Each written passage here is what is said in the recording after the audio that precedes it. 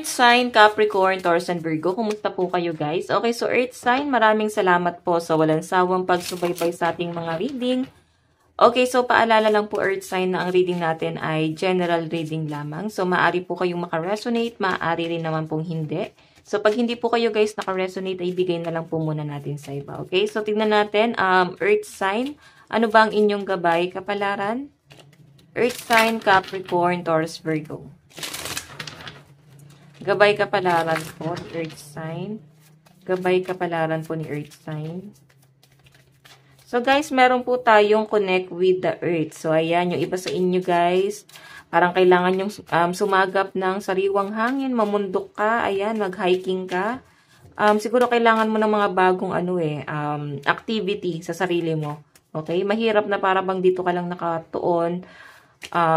Masyadong toxic na doon sa bagay niya. So, I think kailangan mo maka-experience ng mga something new.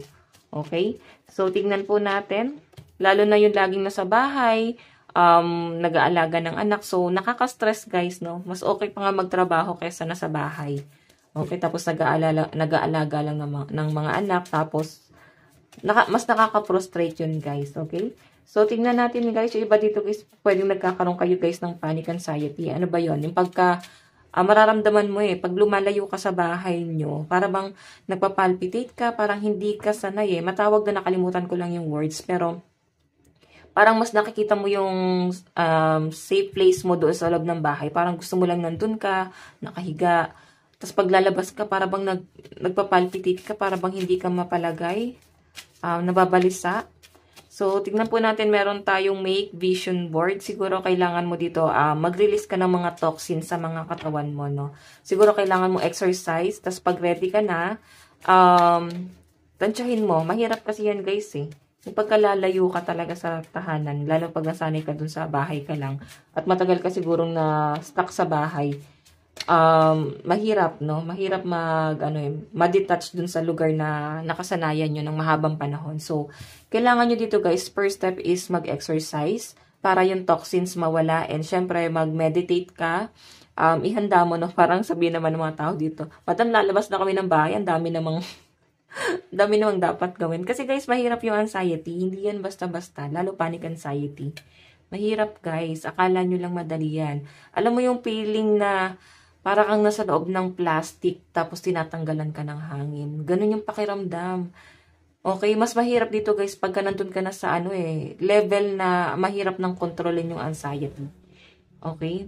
Bihira yan guys. Tapos bigla na lang aatake, tipong bigla ka na lang maiiyak na hindi mo alam bakit mo nararanasan yon. Okay? So ayan, ang kailangan nyo rito guys, kumonek po kayo kay Mother Earth. Okay, so tignan pa natin ano pa pong ipapakita. Earth sign, ang lucky number mo is 13, 19, and 33, diba? Earth sign din to, connect with the Earth. So, dahil nga Earth sign kayo, siguro ang mas makakapagpahil sa inyo is si Mother Earth, yung nature. So, dun kayo guys mas kumonek. Okay, so tignan pa natin. May mga inaalala ka dito Siguro kasi guys may pagbabagong nangyari sa buhay mo na para mambigla ang nangyari. So, ayun make a vision board. Parang, ang nangyayari guys, parang gusto mong bumalik dun sa dati, or bumalik kung saan nag-e-enjoy ka pa. Lalo na guys sa mga dito bagong panganak, or pwedeng hanggang ngayon may postpartum pa rin kayo. Matagal yan guys. Minsan nga umaabot pa ng 3 years yan. Okay? So, hindi yan biro. Hindi ko naman guys nakakita na depression. Ano lang to guys, kumbaga, mabilis nyo guys na, mabilis nagkakaroon ng transformation. Parang, alam niyo bipolar, biglang nalulungkot, pero masaya naman kayo sa pinapakita sa akin. So, tignan po natin, meron po tayong honor your feelings. Diba, sabi ko sa inyo, mas kailangan nyo munang pagtuunan ng pansin ng inyong healing. So, I think kailangan mo dito is pahinga. Okay?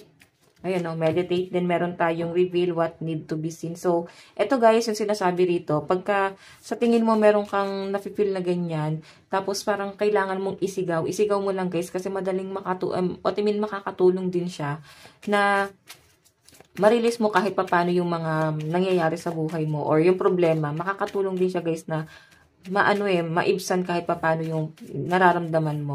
Okay, kasi ang hirap guys pag sobrang bigat na nung pinagdadaanan. So, I think kailangan nyo dito guys. Kung gusto mong humiyaw, ihiyaw mo, parang gusto mong magwala. So, ayan, siguro kaya nga sinasabi sa nature. So, doon ka sa bundok. Magbunot-bunot ng damo doon or, di ba, doon mo isigaw, doon mo iwalayan, magbato-bato ka ron. So, ingat lang tabi-tabi po. Di ba? So, tignan pa natin. Okay, meron tayong let your fears dissolve. Di ba? Guys, puro to sa attachment. Ay, no? I think meron kang kinakatakutan na hindi mo kayang harapin or maaring nandiyan na sa harap mo pero natatakot ka na baka mawala sa inyo. So, I think sinasabi nito harapin mo hanggat sa ma-overcome mo yung takot na nararamdaman mo na yan. Or baka meron kayo earth sign pinagdadaanan sa family na parang feeling mo hindi ka na belong dun sa family mo. Okay, so I think para bang every time na magsasalita ka, para bang hindi nila guys pakikinggan. Siguro kailangan daanin mo sa, ano ba yung, parang kunin mo pa rin yung loob nila. Parang kailangan mong bumawi. Okay, kung ito yung conflict sa family. So, tignan pa natin earth sign.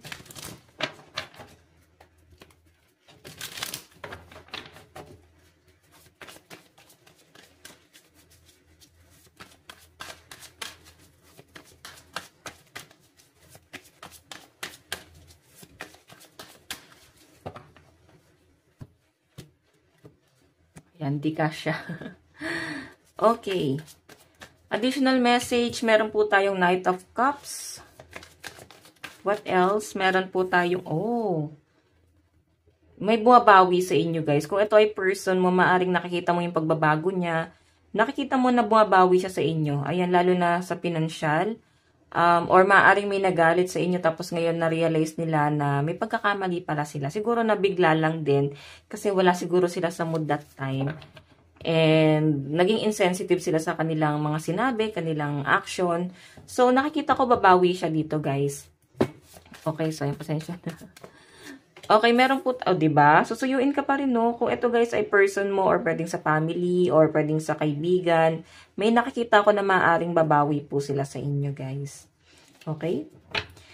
Okay, so siguro guys, kailangan lang din natin sa kanila, makipagkapwa-tao, lalo na nakikita naman nila na baka nasa kanila din yung mali. So, nakaka-feel din sila guys ng guilty. So, hayan na nga guys, ang ganda nito, no?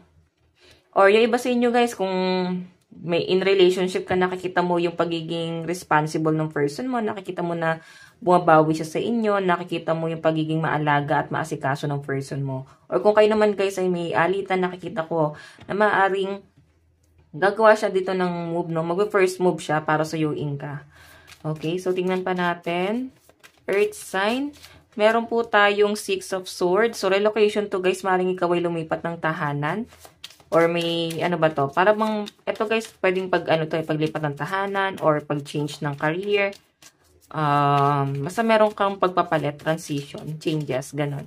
So, tignan po natin, meron tayong Knight of Swords. So, ano ba itong si Knight of Swords? Di ba matalino to? Kung ano man guys, yung ginagawa mong hakbang sa buhay mo ngayon, ang sinasabi sa akin dito, pinapanindigan mo na yon. Okay, or papanindigan mo na yan. Meron po tayong 7 of Swords. Dishonest, cheating, being selfish. So guys, sa nakikita ko maaring nagkaroon ng cheating dito sa relationship niyo ng person mo. Pero guys, nakikita ko na maaring pinapatawad mo pa rin. Or nararamdaman mo yan, pero dahil natakot kang mawala yung person mo, nakikita mo naman na bumabawi siya, pinapatawad mo na lang din yung mga ginawa niya sa inyo. Kasi mahal mo din naman si person. Meron po tayong 8 of Coins. Ayan, no, may give and take ngayon. Nararamdaman mo yung pagiging, responsible kahit na ganun yung pag-uugali. Pwedeng matapang masyado yung person mo. Medyo nagiging, violente. Siguro yung galit niya, maraming nadadamay. Okay? So guys, ayan, nasabi ko na ba? Ang lucky number mo is 13, 19, and 33. Ito lang naman po ang inyong reading. Hanggang sa muli, God bless and love you. Bye-bye po.